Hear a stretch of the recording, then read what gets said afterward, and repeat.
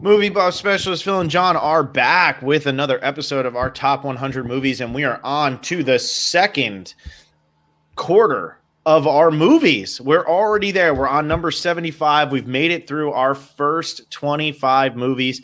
And tonight, we finally have the first movie that we both have on our list. We made it through 25 episodes of not discussing any movies that we both have on our list.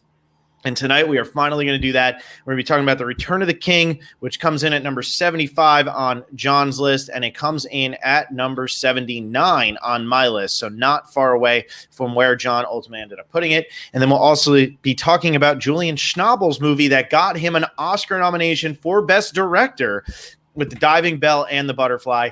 Talking about both of those tonight. John, how's it going? How's it been? It's going really well. This week was a light week on movies for me for some reason, but there were a couple of good ones with these two that we're discussing tonight. Yeah, well, that's good that it's that, because in the midway point, we're going to do something a little bit different tonight since we're getting into our second quarter here. So we're going to be doing something a little bit different, not just saying what's the best movie that you watched last week. So that's good. That's good to know. So wasn't too light of a week for me. It felt light because I really watched newer stuff, which I guess makes the week feel light. I will say Old, pretty good. Luca, I didn't like. So maybe that says everything you need to know about my taste and me making you watch Crash this week, but didn't like Luca, really thought Old was super entertaining, and people just hate Shyamalan because they hate Shyamalan at this point. Is it groundbreaking? No, but it is a lot of fun, and it's worth a watch. Luca, I felt like Disney could have made it in the mid-2000s. I wouldn't have been surprised. And trust me, I would know because I just watched Home on the Range, and oh, boy. All right. Anyway, John, let's talk about good movies tonight, and we're going to start with mine. And by mine, I mean my real one. We're going to talk about The Diving Bell and The Butterfly first because The Return of the King is obviously more popular, and we should save that one for later, especially since it's on both of our lists. But The Diving Bell and The Butterfly came out in 2007, was kind of missed because of the year that it came out. It came out with a lot of great movies. The Bourne Ultimatum came out that year. That was the only good one. There Will Be Blood, Atonement. Elizabeth's sequel came out. Michael Clayton, Juno. Once came out that year. Sweeney Todd came out that year. Ratatouille came out that year. No Country for Old Men came out that year. It is a massive year of popular movies too. Eastern Promises, which we talked about earlier, came out this year. So a lot of movies came out this year that gained some acclaim. I didn't even mention Into the Wild, Gone Baby Gone, American Gangster. I'm Not There. Like, I'm serious. Yeah. It's ridiculous. Lars and the Real Girl. I could go on and on and on and on, and I might keep doing that. But The Diving Bell and the Butterfly kind of got hidden amongst all of that. And another reason that it kind of got hidden is because it wasn't nominated for Best Foreign Film at the Oscars that year. And I don't know if that was an oversight, and I probably should have looked that up. But it wasn't nominated, and instead The Counterfeiters, a movie from Austria, ended up winning it. But Julian Schnabel was nominated for Best Director. So it was this really interesting thing of Julian Schnabel probably took the Oscar nomination away from Joe Wright, even though he should have taken it away from Tony Gilroy or Jason Reitman. But he takes it away from Joe Wright. And that was the biggest award it was nominated for. It didn't have the fallback of like a Parasite, even though Parasite wins real Best Picture. It didn't have that fallback of, it's also nominated or it's going to win Best Foreign Film. Like we saw this year with Another Round, where it was nominated for Best Director, wins Best Foreign Film, and then there you go. Julian Schnabel didn't have that. Matthew Almeric, he was not very popular at the time. Emmanuel Seigner wasn't very popular. Max von Sydow was in this small role, and it was a movie about a guy with locked-in syndrome. It sounds miserable. It wasn't something that people were like, I got to go see that one. But the trailer drew me in so much with this. I love the music they play. I love the explosions in the sky they play. They play Don't Kiss Me Goodbye, Ultra Orange. It's all so good. And so me and my friends, we sought it out, and I watched it back in 2007. And it made me so depressed, and I never watched it again until actually this past Christmas break when I was home at my parents' house. I turned it on and I watched it, and I was like, that's why I didn't watch it for so long, but it is such a beautiful movie. It is such a massive movie despite being so small. The style choices in this movie are second to none, and I really believe that. And we're going to talk about one of the best directed movies of all time with The Return of the King. And I really believe that. But The Diving Bell and the Butterfly, what Julian Schnabel's decisions were, and his decisions of how he told this story, where he started the story, how he presents you to this character, how he gets you in his mind, how he makes you sit there while your eye is being sewed up and you feel like you're going to die. He does it all so incredibly well. It is so unbelievably beautiful to watch, but it is also entertaining. A movie came out not too long after this called Amour, Michael Haneke. I hated that movie, and I know I butchered his last name too, and he actually is fans, so people get mad at me. But I hated that movie. It's miserable. It's brutal. It's not entertaining. It's not fun. It's just sad. This movie has a way of finding the beauty in all of the misery that is going on, and that is why it's my number 75. Yeah, and that's what it really comes down to. Don't let Phil telling you how depressing this movie is prevent you from watching this movie, because it is absolutely beautiful. Every moment of this entire film is just pure beauty, and a film that seems like it has this through plot of like this investigation into a single man with locked-in syndrome and how it affects his life. It's just such a fantastic investigation of just society in general. Mm-hmm. Yeah, and what I love about this movie is the decision to start it off from his point of view and not let you out of his point of view until he gets out and he can see himself. We don't see him until he sees him. And I think that's such a powerful thing because you get so sucked into feeling this way. You feel hopeless. The inner monologuing makes you feel like, oh my God, like you start to get so uncomfortable because you don't know what's going on. You can't place it. You're talking and nobody can hear you and all of that. And yeah, like the whole thing, like later on in the movie, like one of my favorite parts of this movie, because it is so funny, is when the guy says maybe he's a loud breather. And the nurse gets so mad and he's laughing so hard. And in his mind, he's like, you have no sense of humor, because it's that whole, like, it's a complaint people have where it's, you get offended for everybody else. Like, why are you getting offended for everybody else? And like, it is an interesting reflection of like the people who can't take these things seriously or who don't, or who like how like the medical system, how it's presented. And like, here's these people who are taking something on that they've literally never seen before. I mean, it's a terrifying movie, but it's one of those movies that manages to be hopeful and uplifting, despite the fact that it is about one of the most terrifying things that I could imagine could happen to a human, and it makes you feel like you're along for the ride with him. You're not watching him; you're with him. Yeah, and that is exactly what the film does so well. Even those opening moments where you're looking through his eyes, and you have him responding to the doctor. And then the doctor's just not responding to what he's saying. You're like, oh, he's not talking at all. Like, he's just thinking this, and he doesn't even realize that he's not saying this out loud. And it's just so fascinating, draws you in right away, and it just keeps you there. And it really created this unique perspective for the entire film to go through, especially when it's just like a single eye that you're seeing everything through. Yeah, I know. And it's such a ballsy move on the filmmaker's part to do this, because you know you're making an art house movie and you know that you're making a foreign movie. So the reason it wasn't nominated for Best Foreign Language Film is because it was produced by an American company. So I guess I don't know if it was produced by Focus or what it was, but it's produced by an American company, but it's still, you're making a foreign language movie that's an art house movie with a director who's not really a director. Julian Schnabel is not a director. Julian Schnabel, I believe, is a painter.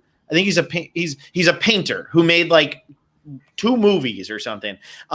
Before Night Falls, The Diving Bell and the Butterfly, and I'm pretty sure that's like really all he's done. Like, he really wasn't big before this. He hadn't made a movie in 7 years. And yet they were still willing to take that chance and just go for it. Like, just go all in on it and not fake it. And I mean, I think the end result is fascinating, because the first 15 minutes of this movie, you're seeing his point of view and then his dream sequences. That's all you're seeing. and then when you finally get out of it, you still feel that hopelessness the entire time of like, you still feel paralyzed. You feel like you can't get out of this either. This is one of those movies, like no matter how bad I have to go to the bathroom during it, you can't pause this movie because you're it's an experience. This is a movie going experience more than it's just a movie. Yeah, and I mean it's played on, and it's played on like, it really does play on the audience's feelings if they were in that situation. Mm-hmm. And like, there's the scene where he says he wants to die, and the nurse just says, "Don't joke about that." Mm-hmm. And like, at this point that he's not joking. He is 100% serious here, because, and it even says it at the very beginning of the film: "Is this even living?" Mm-hmm. Yeah. It's this is life. This is life. Like, because then you start to think about it. When he gets that one eye sewn shut, right? He gets his one eye sewn shut and that's it. He loses the other eye. What is he? He can't communicate. He can't move his mouth. He can't move his eyes. He cannot communicate. What's he going to communicate? He can't move his fingers. So he literally can't communicate. So what is he? He's in the dark. That's it. And so like, I like, that feeling of like he is on his, like he's in a dire situation. This is as bad as it gets, but he's still there. He's still alive. And the fact that his brain is functioning so strongly is what's ultimately the most terrifying about this to me, is like your body has completely abandoned you, but your brain still knows everything that's going on. That's so frightening. And that eye being sewn shut and just the hopelessness and not being able to tell them no, like not being able to do anything.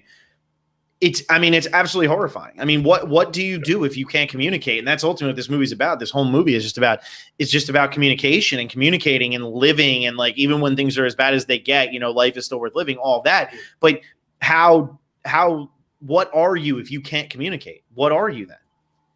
Well, and I think the film tries to address that in the fact that his escape is through his imagination. And really, it's kind of like this, like, I mean, it falls into like some heavy philosophy here with like Descartes and like, I think, therefore I am, right? Mm-hmm. And that's just really what it comes down to is Jean-Dominique is still alive. He's still able to barely communicate, but he still has his mind and is able to use it to escape his reality. And that's the big question here, is like, are we more human in the reality we're in, mm-hmm. or in the reality we create? Mm-hmm. Yeah, and this whole thing, the diving bell and the butterfly, he's trapped in his diving bell until he kind of creates this illusion for himself, like he can escape, like he can do his own thing. It's sad, but then again, it's that whole like he's starting to imagine himself doing other things, because what else can he do? But again, this comes down to the communication, the fact that he is still able to communicate, the fact that he is still able to tell his story. If he can't tell his story, we don't know what his thoughts are. So he'll know his thoughts, he'll know what he's doing, but there's no way that could be put into film. There's no way that could be put into a book. So he's thinking, but is he really thinking? If only he's thinking, it starts getting so deep into that type of stuff of like, well, what is thinking? Are you thinking and nobody else thinks? Is it a memory, or was it a dream? Like, it's that whole thing.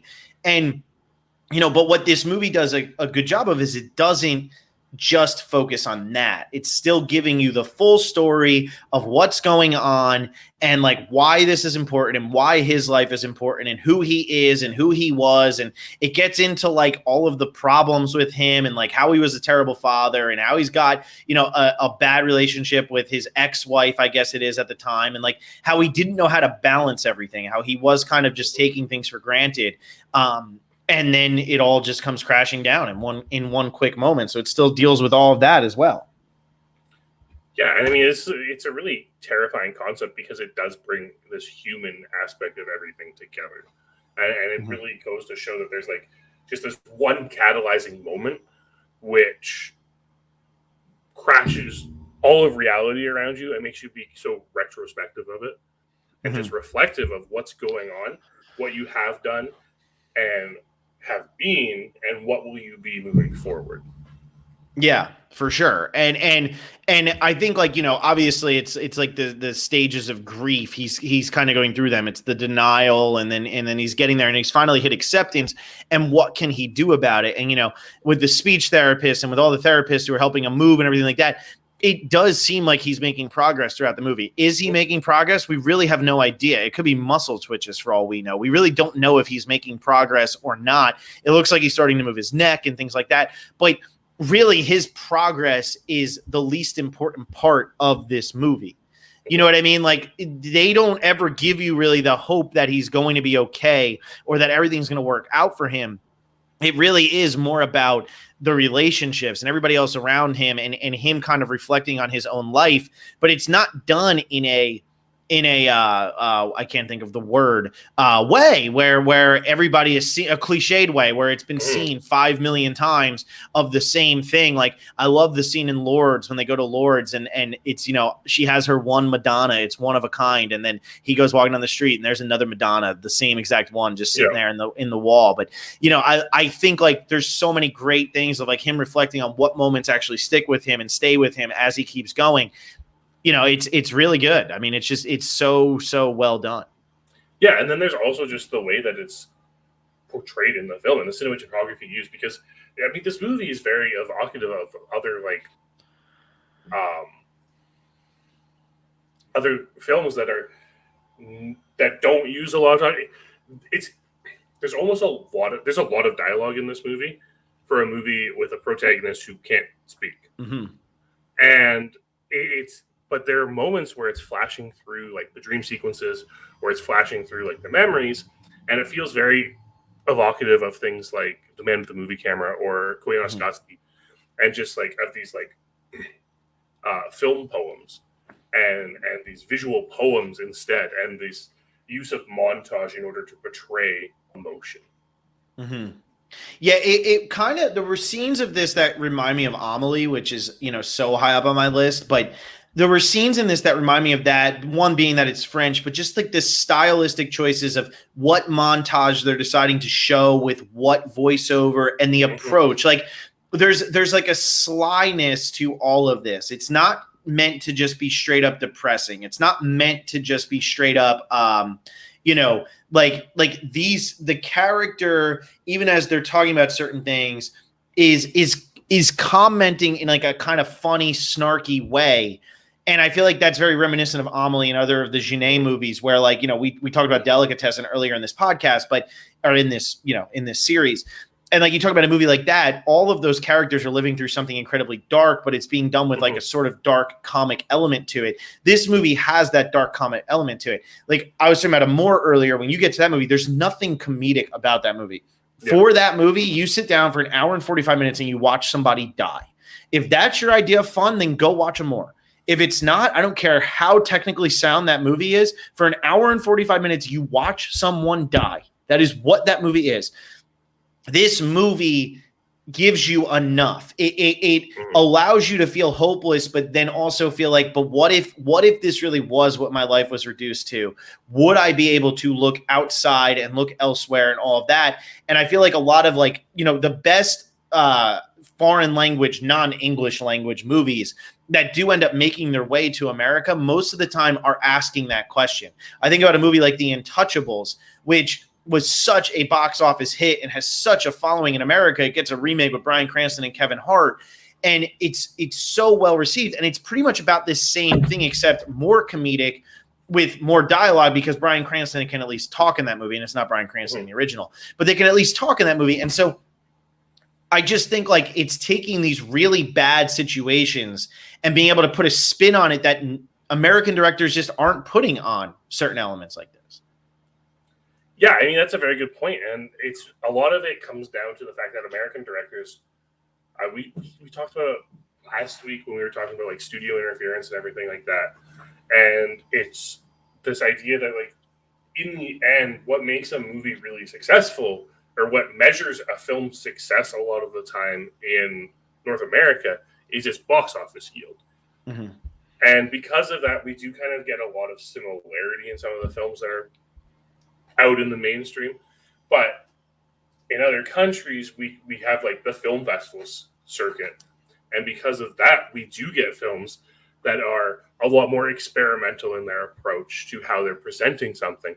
And when you get a film like The Diving Bell and the Butterfly, which is putting forward all these massive philosophical and ethical questions and moral questions, it really does depend on the way it's being portrayed.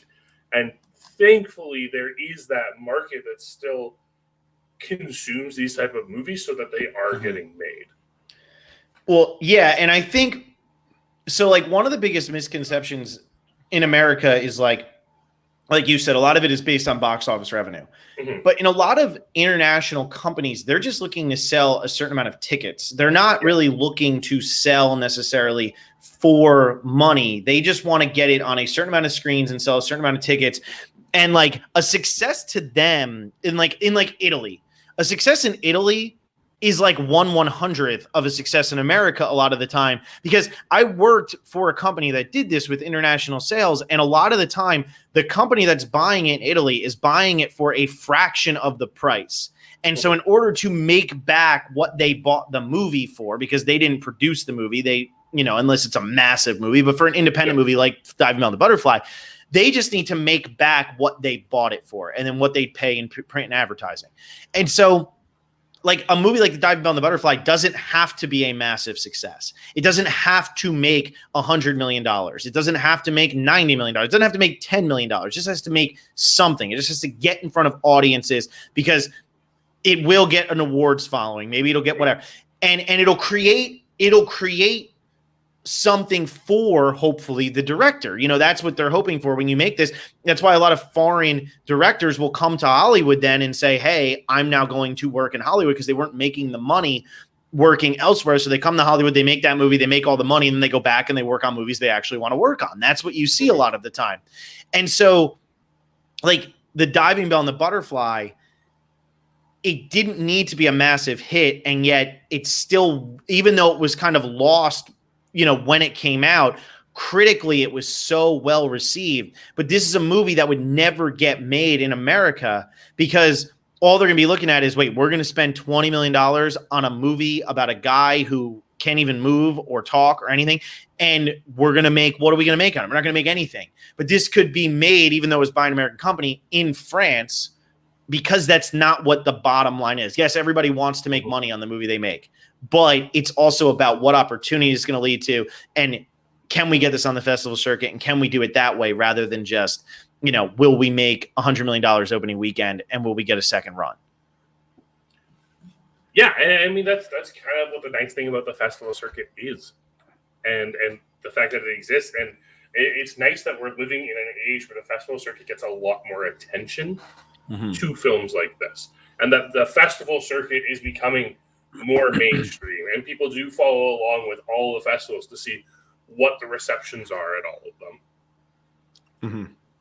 And the French Dispatch, just played. When you have somebody as big as Wes Anderson still going the music or the festival circuit, like that's massive. That's how Tarantino got his start. That is how a lot of the biggest names in American film got their start too. But Julian Schnabel's not going to be a household name by any means, but The Diving Bell and the Butterfly, if you talk to a cinephile, they're going to know what that movie is, and that's going to be up there for a lot of people in terms of international cinema they've seen, because this is a little bit more accessible than maybe something from the 50s, the 60s, the 70s, the 80s. It's more accessible because it came out more recently, and it's got a story that feels a little bit more universal than some of these other movies that came out and are very much about being Russian at a certain time, or very much about being Japanese at a certain time. This movie is just about being human, and whether you're French or English or whatever, it doesn't matter. This could happen to you. And I think the most terrifying part of this movie is when they say it's not going to make you feel any better, but this is very rare. You don't smoke, you don't drink. We actually don't know the cause. Sucks. You just have it. And it's, it's the whole thing with ALS and everything that's happening with that now. And that's why I think there's been a resurgence, and why people are trying to focus on it, because once it starts coming into the public eye, because life expectancy gets longer and all of that, nobody wants to live through that. It's a nightmare. It's terrifying. It's horrifying. And we don't have the research on it. And movies like this, and you know, like when we did the with Jonathan Penner and his wife talking about ALS, like it's so important because it does bring light to situations. And even if this movie only made the festival circuit, there's an entire group of people who is now very interested in figuring out how you can solve locked-in syndrome so that they never have it happen to them. Yeah, and that is one of the things that the movie plays on so much is this primordial fear we have of that being trapped like that, of not being able to do something. I think humans inherently possess this desire to always have control. And we see it all the time.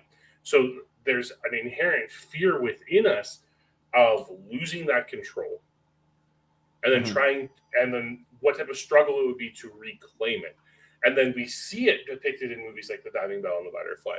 But we also see it amplified through events that we all kind of witness in our everyday life, right? Jean-Dominique has a stroke, which led him to lock-in syndrome. You'd be very hard-pressed to find someone in the world who hasn't personally known someone who has had a stroke. Yeah, I mean, that's not, and it's most strokes, it's, you know, yes, strokes are fatal, but most strokes are just something that'll leave you like partially paralyzed or knock you out for a little, whatever it is. This is one though that, yeah, it completely alters his entire existence. And how do you know that you're not going to be the one who gets that? Like and this movie's not one of those movies that's trying to scare you into, you know, that thinking of, oh my God, this could be me. But it is one of those movies that's trying to make you feel as if this could be you, not to scare you, but to make you think of it. Like, you know, The Exorcist, which we'll talk about later when I get to that, that's a movie that very much the fear is based on the fact that it randomly happens to this little girl and it could happen to you. There is no rhyme or reason for why this is happening to her. That's what struck such a chord with people when that movie came out. Not the fact that it's a demon. That doesn't scare people. Exorcisms don't scare people. But the fact that that could be you, that could be your daughter, that's what's scary. And this movie obviously isn't a horror movie, and it very much becomes a art house drama the entire time. But it does, and it brings you in with that fear. It's the same thing if you're on an airplane and you drop like 20 feet even, you're going to be like, whoa, what the hell just happened? Now you're paying attention to every sound and every movement. And is the person in the aisle nervous? What's going on? Because of that fear. Fear is like the biggest emotion.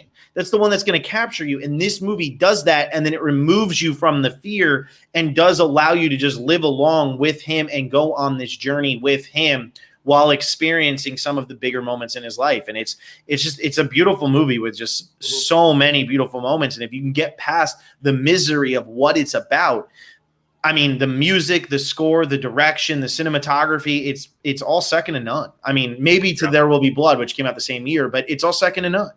Yeah, no, it's absolutely gorgeous. And you raise a good point about like this fear and how it leads to heightened senses. And that the movie really plays on that by playing on our primordial fear and then resulting in you being so observant of everything going on and being more appreciative of the rest of the film because of that heightened state you're put in at the very beginning of the film. And Andrew Denson just said, Phil mentions that as my airplane literally just did the same thing. Sweet irony. And it lands safely every time. So there you go. Like I don't need to be like the purveyor of bad news here. But that I hate that. I'm getting on a plane in 2 weeks. It's like my least favorite thing to do. I hate flying. It's the worst. But yes, this movie, it does it, and I love what I like about this movie and the cinematography. Janusz Kaminski, who's absolutely incredible. He's all over the place. I couldn't name another one of his movies, but you look up his filmography and then you just get the idea with all of the movies that he has done. But he's Saving Private Ryan, Schindler's List. There you go.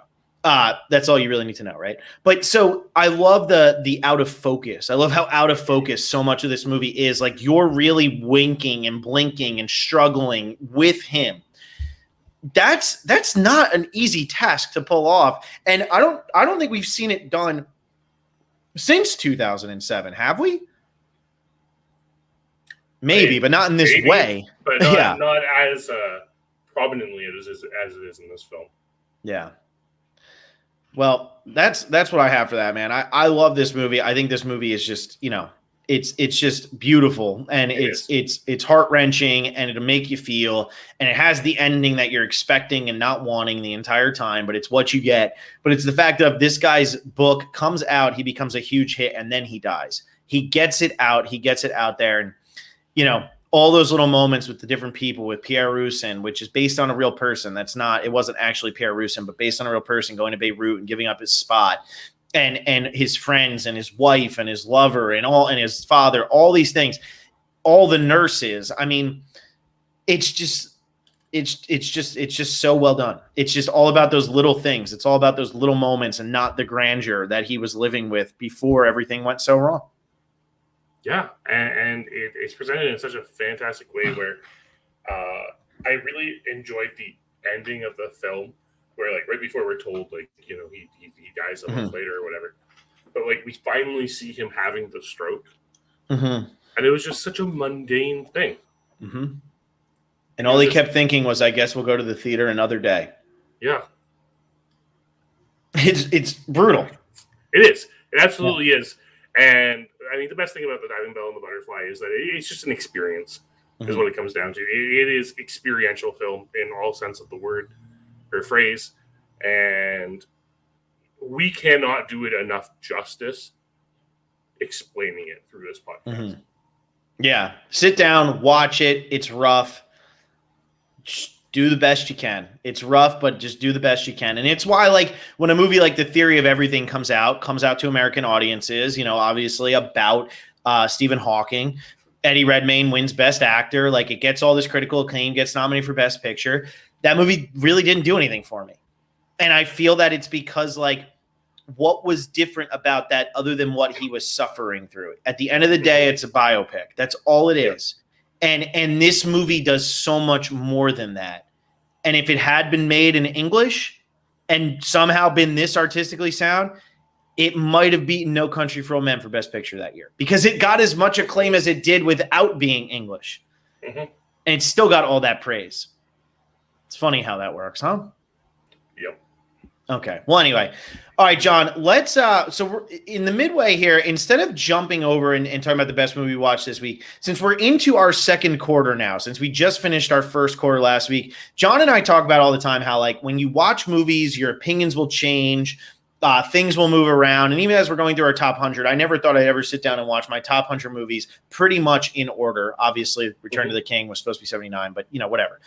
And so we decided, why not take a look at, like, what would be our bottom 5 movies right now, and what movies do we have, like, kind of on the doorstep coming in as the 5 that would replace them, based on just movies we've been watching. Because I've watched over a movie a day for this entire year, and I'm trying to get through the year watching one a day, and I probably won't watch a movie for like 2 years because it's a lot of work.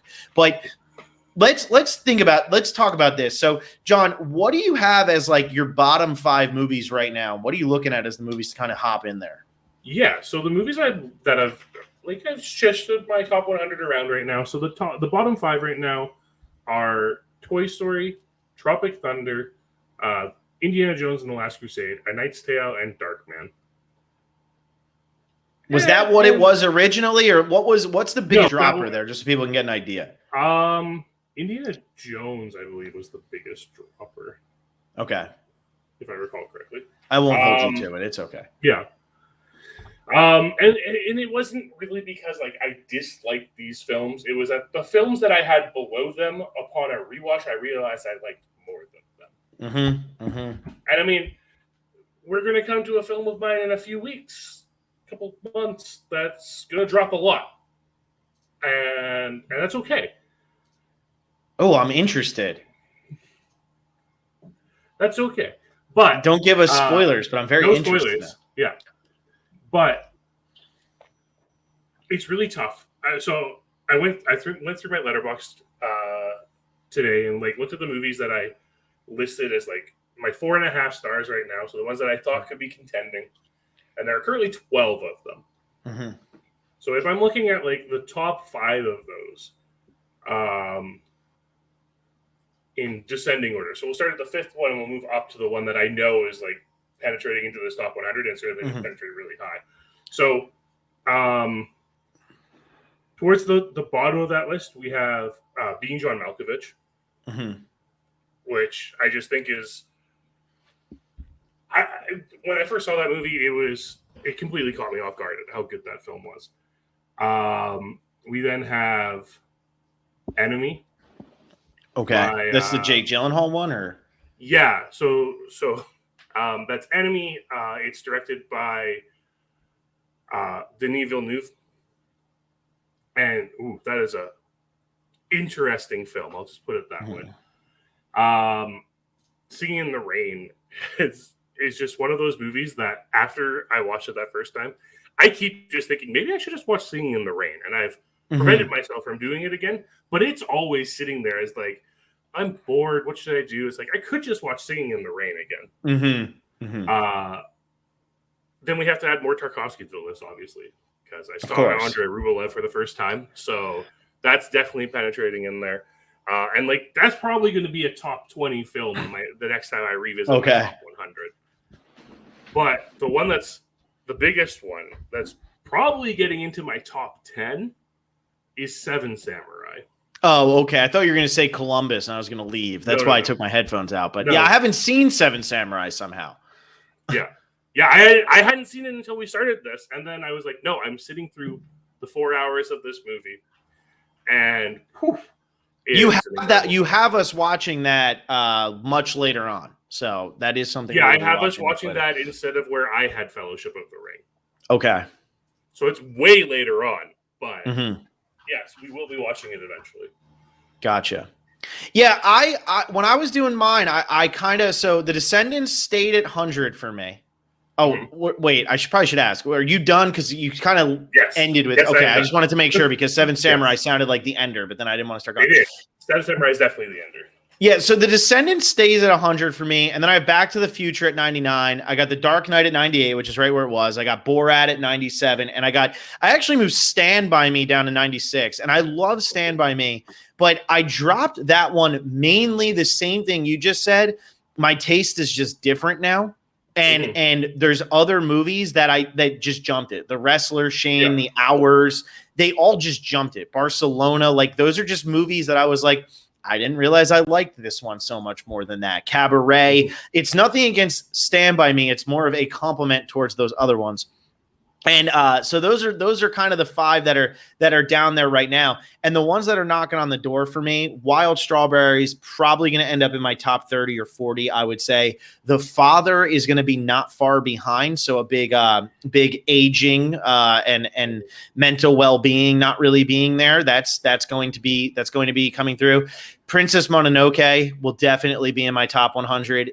Delicatessen and Queen Margot, which we've talked about. Yeah. Those are both right now. If I was making this list, Queen Margot would probably be my number 100.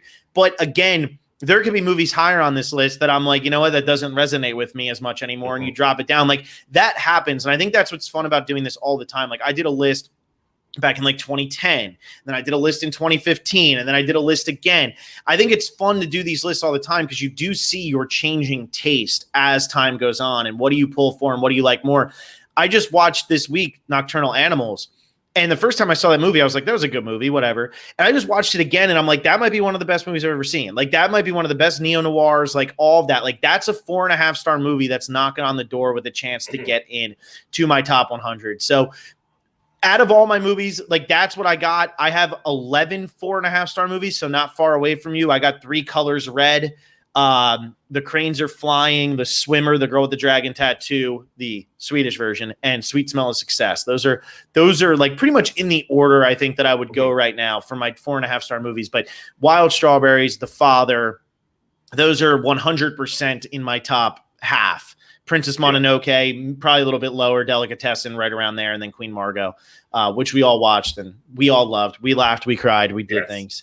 Love that movie. So I just think it's fun to take a look at that and see how movies have jumped around. And like after I did Diving Bell and The Godfather and The Return of the King, which we're now going into, kind of realized I probably underrated them, but then I've been saying that throughout this podcast, and I've yet to really like been able to jump a movie way higher because I like all of my top 100. That's why they're my top 100. I've seen a lot of movies. These are my favorite 100. But John, you had Return of the King higher, so why don't you start us off talking about Return of the King? A few weeks ago, we were discussing epic films and why they weren't really made anymore. And I had the realization while watching The Return of the King this week, oh yeah, right, The Lord of the Rings happened. That's why we don't get epic movies anymore, because they're all compared to these incredible films. Mm-hmm. And I mean, personally, I think this is the worst of the trilogy. That's my personal. I know, Phil, you had The Two Towers lower than The Return of the King on your list. But it's still a good enough movie that both of us included in our top 100. Mm-hmm. And for any younger listeners out there who didn't really experience The Lord of the Rings when they were first released in 2001, you need to grasp how monumental this trilogy is in filmmaking. Mm-hmm. We have seen, and I think, less is more with The Return of the King and all these movies. These movies are all 3 hours long, but there's 3 of them, and then it's over. And then they bring The Hobbit back, and The Hobbit was and whatever. The Hobbit was what it was. It looks bad. That's the thing. The Hobbit, the story is not even bad. It just looks bad, which is crazy because my fiance and I sat down and watched Return of the King, and we tried to nitpick it as much as we possibly could. There's really nowhere to nitpick this movie. It still looks almost perfect. There are very few moments where you're like, that's CGI. Really, the only part is when Legolas is climbing the elephant, but that elephant scene is so freaking cool anyway that who cares that it's a CGI Legolas climbing the elephant? It's so freaking awesome. And so you try to nitpick it, but it's so well made that 18 years later, and now here's the thing people need to understand. We're talking about this 18 years later. This was all filmed in 2000. Yeah. So this movie is older than 20 years old. All 3 movies were filmed at the same time. So this movie is over 20 years old. And I say this all the time, but like people love Marvel. People love whatever superhero movie comes out. People love whatever big action movie is coming out at the time. Nothing can even hold a freaking candle to Lord of the Rings to me because they might be entertaining, but there's always something that's so corny or over the top, or we're just going to get into Krav Maga pretty much. Like that's pretty much what every Marvel movie has just done. It's like, we're just going to beat you up. This movie, it's the story, it's the scale of everything, the miniatures that they use and the CGI they use. You can't even tell it's CGI half the time. You don't know what's real and where's CGI. This is over 20 years old and it looks just as good now as it did when it was made. That's unbelievable considering how far technology moves now in 10 minutes, let alone 20 years. I appreciated this movie so much more watching it this time and not watching it with the buildup of the other 2 movies. Mm-hmm. I really do think that was interesting because I have never, ever, ever watched this movie without watching the first 2 first, at least within like a month or 2. Yeah. And so I haven't watched either one of the first 2 since the first one was playing in theaters back when theaters first opened up. I watched the first one. I didn't watch the second one. And I didn't watch the third one. So now I'm watching the third one, just watching it. I appreciated it so much because the storytelling is so epic. And what I find to be arguably one of the most impressive things in film history is that Minas Tirith is 1 hour of this movie. And the 2 least important characters in the Fellowship are a part of it, and Gandalf. That is it. Aragorn and Legolas and Gimli are in it for 4 minutes of the hour at the very end. They come in at the very end. Frodo and Sam have nothing to do with it. We are watching Merry and Pippin and Gandalf and Theoden and Eowyn and all of those things. The fact that we're able to give a shit about this and that it takes up a third of this movie and is the biggest action scene probably in all of them. This is actually, I think, bigger than Helm's Deep in terms of scale and how long it goes on and everything. How do you pull that off and still make us care so much and make a movie that set the record for most Oscar wins and has the most Oscar wins for a clean sweep? It didn't lose an Oscar that it was nominated for. Yeah. How do you make that and have an hour of it be about Merry and Pippin and Gandalf? It's a great question, and a lot of it comes down to the fact. First off, we have to acknowledge the fact that the Lord of the Rings has one of the best source materials to pull from. But the reason why these films are such an accomplishment is the Lord of the Rings should never have been able to have been adapted this well into film. Like, we're talking about a world so detailed and so vast. It's kind of like the Dune situation, right? Where a lot of people just say Dune is an unmakeable movie because of how vast the world is. But Peter Jackson is just so able to capture every aspect of Middle Earth, make you feel completely engrossed and engaged in it, and not a single side character feels wasted in this movie. Every single one feels important, despite how little they are on screen. Carl Urban's character has, 3 lines in this movie, and he still feels important to it. He feels massive to it. Even Gimli is barely in this movie. He's an original member of the Fellowship, but I don't think his first line happens until they're about to go in to the cave, or like it's one of his first lines. Yeah. Like, in Isengard, he speaks to the hobbits, but he barely speaks in this movie. He barely does anything, and it really is so much of the buildup. But this movie does such a great job of having 3 main protagonists in Gandalf, Frodo, and Aragorn, and making them all work together. Liv Tyler's character is able to finally make her way into the fold in this one and make it make sense. We understand what's going on with that finally. It's just like, yes, it should be unmakeable. And I sit here and I've watched these movies. No joke. I've probably seen The Fellowship of the Ring 25 times. I really have. I've watched that movie. That is my comfort movie. That is I've had a bad week. I'm going to sit down and want to talk to anybody for 3 hours. There goes my phone. I'm going to watch Fellowship of the Ring. Yeah. That is that movie for me. I don't know what they say half the time in these movies. They say words that I've never seen, that I've never heard. Personally, while the books, I understand why they're great. I personally didn't enjoy the books just because, like, I know what color grass is. I get it. But, like, watching this and hearing some of these words and not knowing, but not really giving a shit, because you get it. You get what's going on. You get what is being presented to you. You understand what is being stressed to you. And, like, I don't care what the name of the sword is, but you know what? Like, it seems like it mattered to them, and it made for a pretty epic moment. The fact that he's able to balance that is so impressive, because we'd never really seen that balanced before in a fantasy movie. It had always been, if you didn't understand what the stuff meant, you didn't understand the movie. In this movie, it's very straightforward, even though the main protagonist of this movie is an eye. Yes. Like, an antagonist, yeah. Antagonist, yes, thank you. He's not the well, I watch it, I'm also the one who protagonist. I mean, he is the Lord of the Ring, right? Exactly. And what is it? It's the Karate Kid.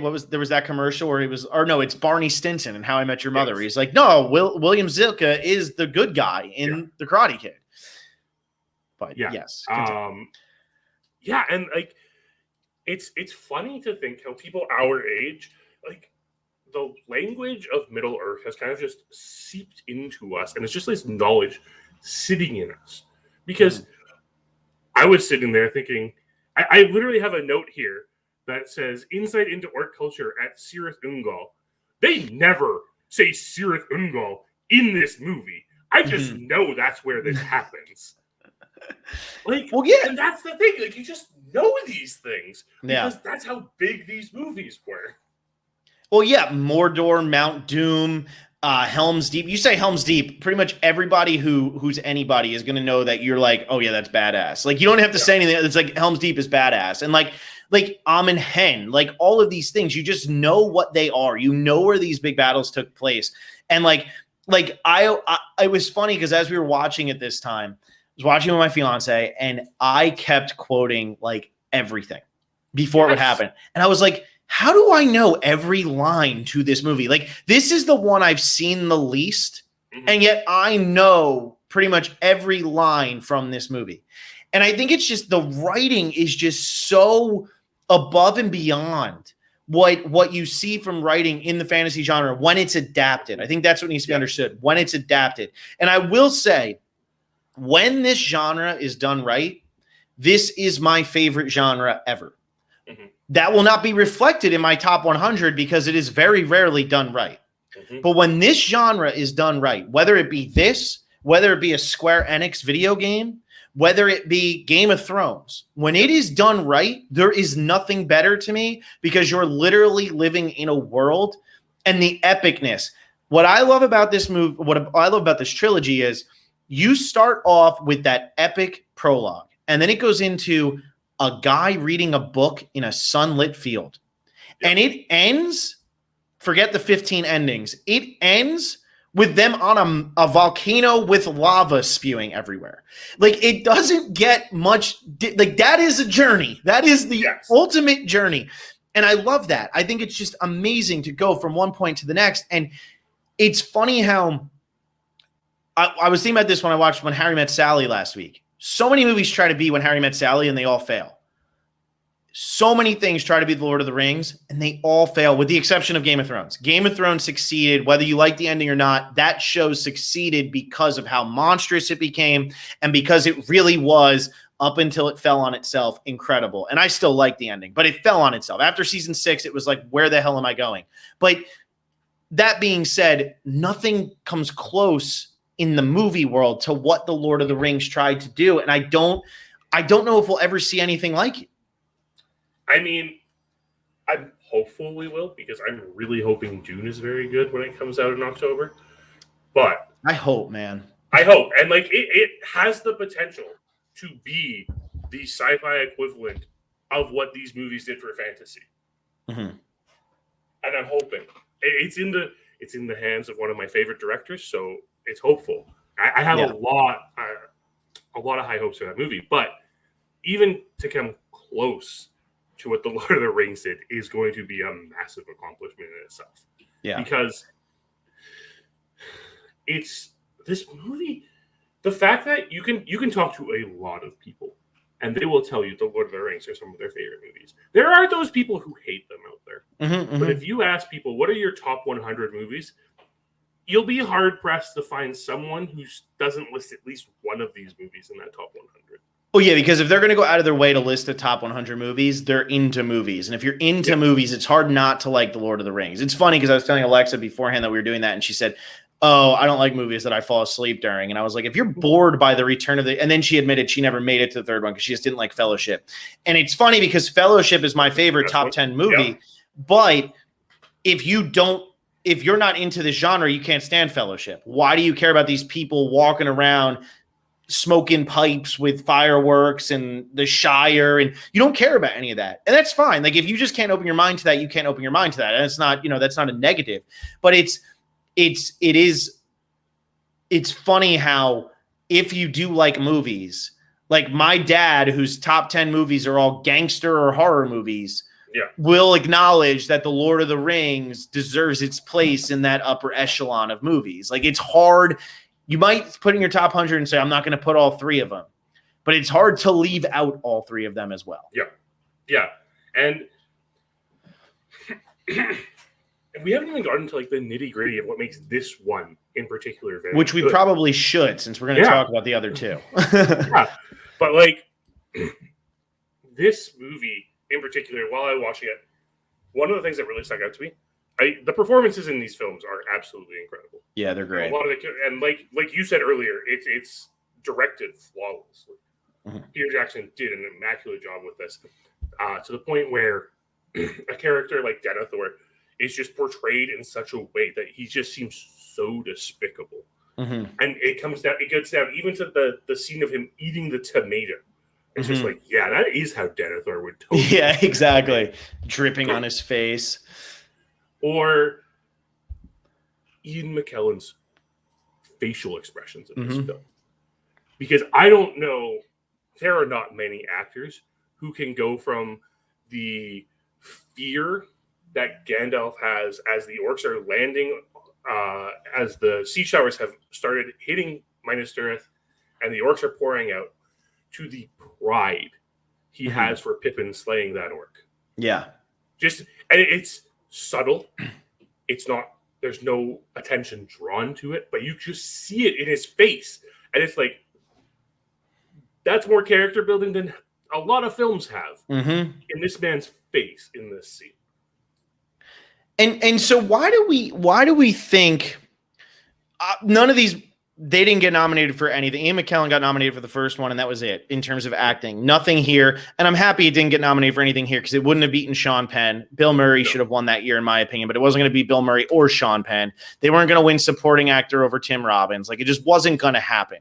And so when I look at what like with this movie, why do you think it is that this one doesn't come up more in discussion? Normally people either say Lord of the Rings in general, or they'll talk about the Two Towers, or they'll talk about the Fellowship. The Return of the King very rarely is considered the best one, or very rarely discussed. It's never brought up on its own, really.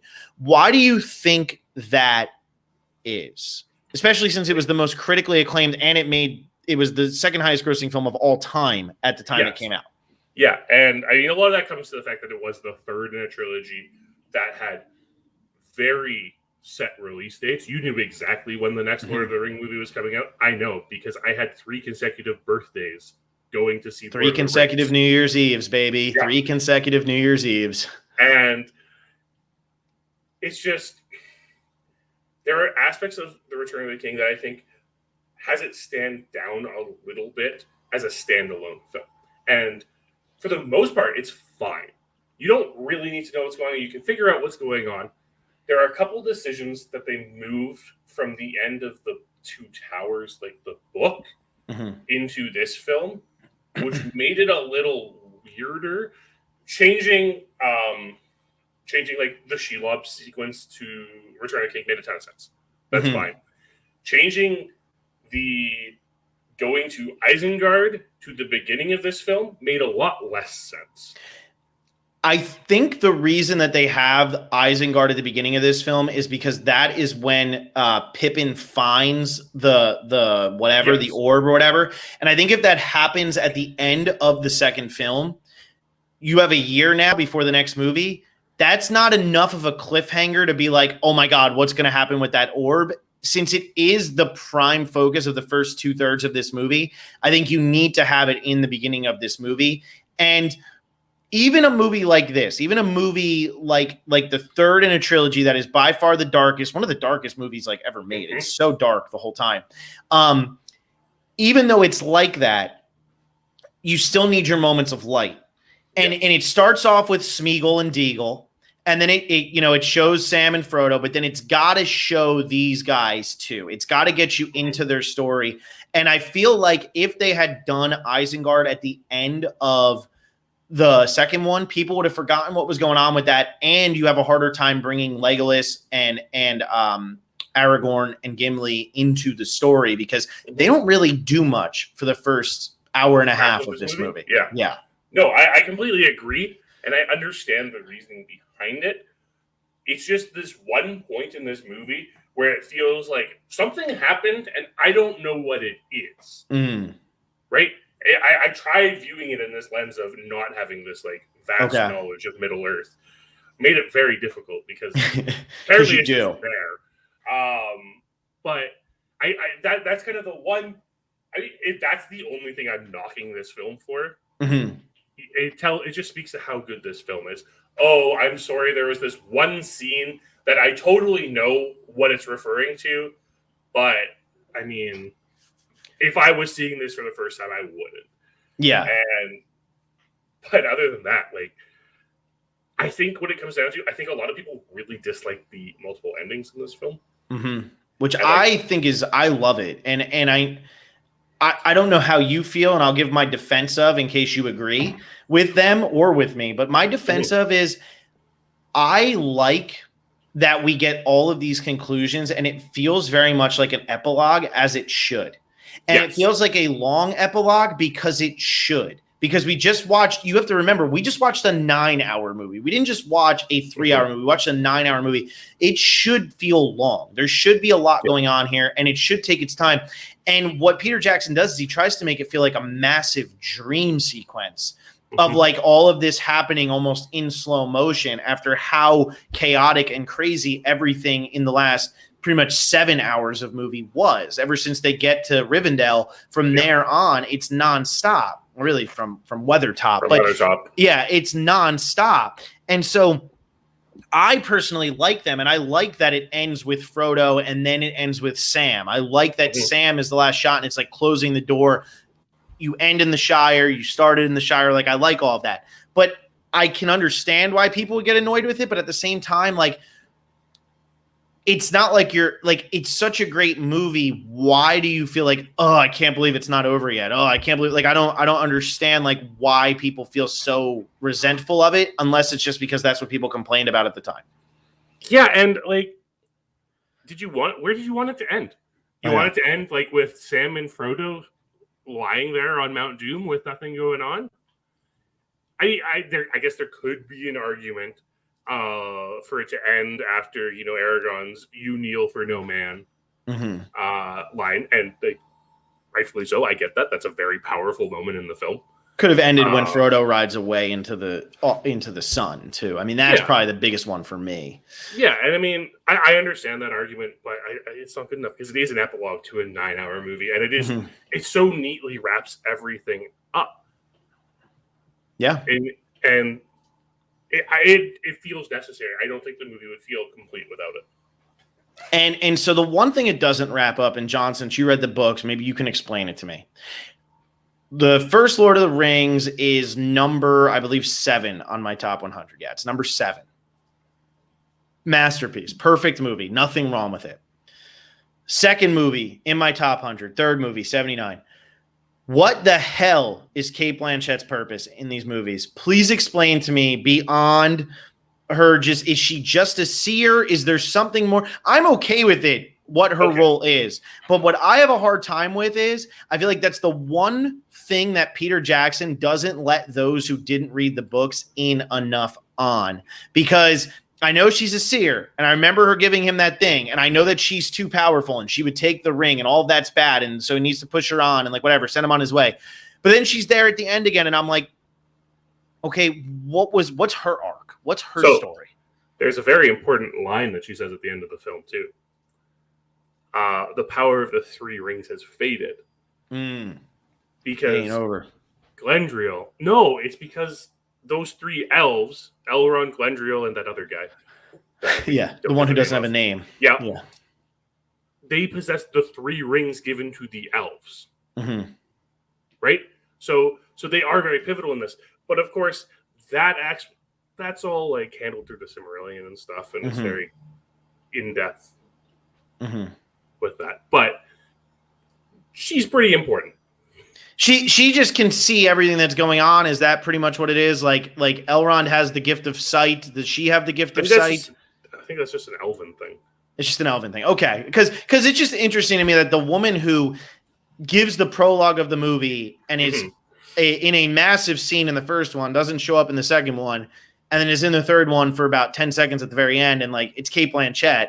It's just kind of crazy to me that like there's not more with that. But again, first one's a perfect movie, and this one's a perfect movie. Like there's like it's just one of those things that I get. It's an adaptation, so it's there. I just wish I understood it more. And I've watched these movies so many times, and I just cannot fathom what the point is.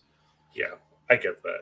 But one thing I want to mention before we finish off is we have to put respect on Samwise Gamgee's name because he is the true hero of this series. Yes. I mean, he defeated a giant demon spider from the First Age in this film. Like, that's pretty impressive on its own. And then he just straight up carries Frodo to Mount. Like, Samwise is not given the respect he deserves because everyone's like, oh, Aragorn, like his king of man and everything. And Frodo's the one who carried the ring.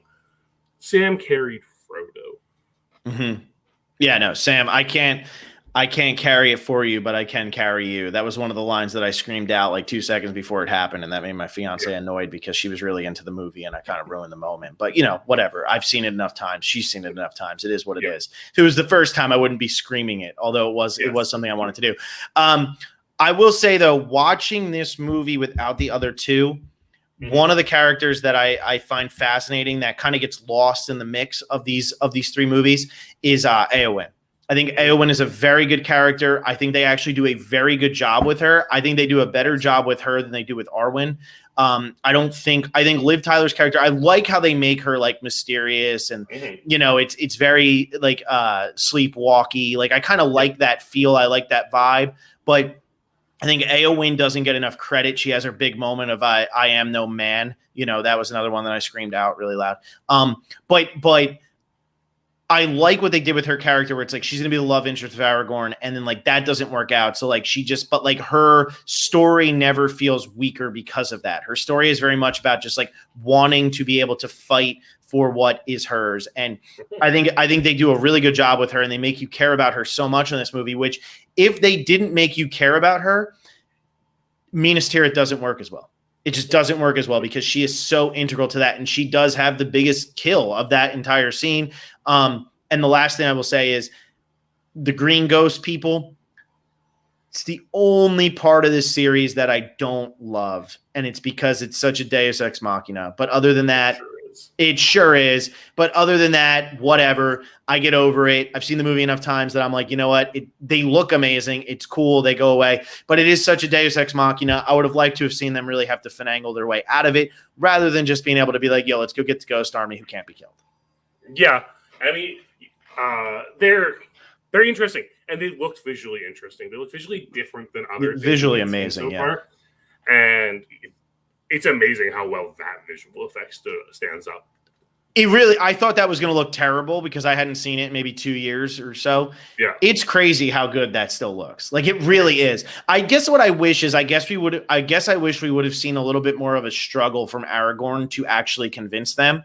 A video game came out at one point put out by EA for these movies. And like to get to that guy and fight him, you have to go through like the whole entire mine or cave or whatever. I wish we would have had a scene, a little bit more of a journey, a little bit more difficulty from them because they just kind of get there, they talk, it's like a 5-minute scene and then it's over. Now they have him. And then he just comes in and wipes the floor with everybody when like you're in the midst of the war. I would have liked to have seen a little bit more difficulty from them or just something. Or you can't get all of them or something, just so that they don't just literally show up and run through and just end the entire movie. Because it's kind of a bleh end to an otherwise epic battle. Yeah, but I mean, Jordan Olford makes a good point of that's adding another like 40 minutes to this movie. That's I'll take it. 3 hours and 20 I'll minutes take long. it. The movie's not long enough, Jordan. I don't care what you say. Extended cut is what, 4 hours and 10 minutes, I think? Yeah. But I want to circle back to the I am no man line because that line gets a lot of flack from people because people are terrible people. I love that line. I love that line too. And it's so Shakespearean. Continue. It's just so Shakespearean. It's essentially like it's the Macbeth. It's the Macduff loophole in Macbeth. Mm-hmm. Right? Like it's the Caesarean, like the C-section loophole from Macbeth. And it's like, yeah, well, you should have been a little tighter with your language because I can kill you then. Yep. It's fascinating. And like you said, Eowyn's such an incredible character from going from this like seeming possible love interest to this incredibly strong woman fighting for the realm. Yep.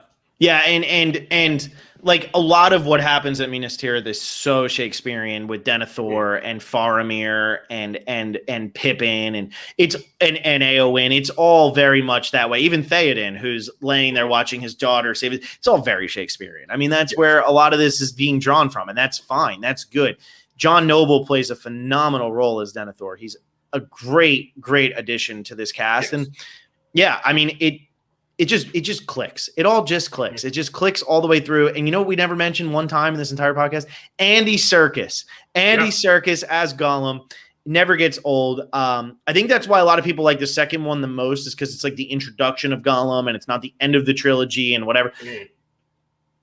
Personally, Gollum to me is like Yoda. Yeah. And it's like, yes, he makes it better, but that doesn't necessarily mean it's better. Empire is better, but that doesn't mean that it's better. You know what I mean? Like it doesn't, that's not the reason it's better.